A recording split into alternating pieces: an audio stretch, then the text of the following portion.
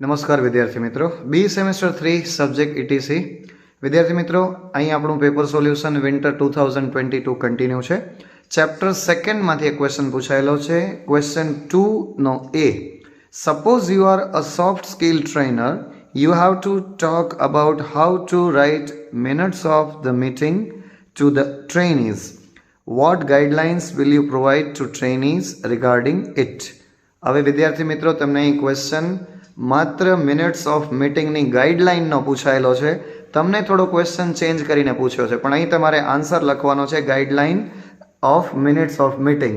હવે જોઈએ, short question છે, 3 માર્ક્સમાં પૂછાયો છે. Guidelines for how to write minutes of meeting.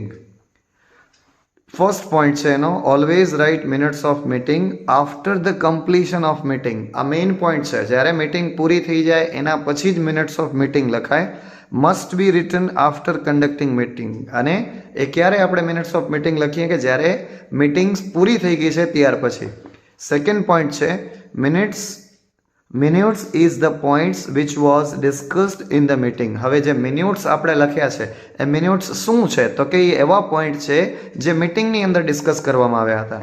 ત્યાર પછીનો next point, you must write date, time and venue of meeting.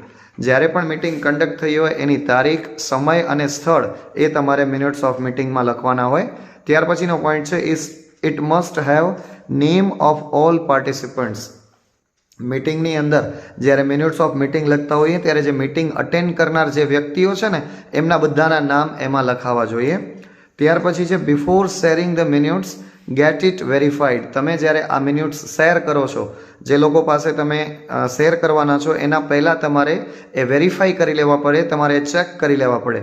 ત્યાર પછીનો પોઈન્ટ છે, it is red out in the next meeting. અને મિનિટ્સ ઓફ મીટિંગ છે એ next મીટિંગની અંદર તમારે વાંચવાના હોય છે.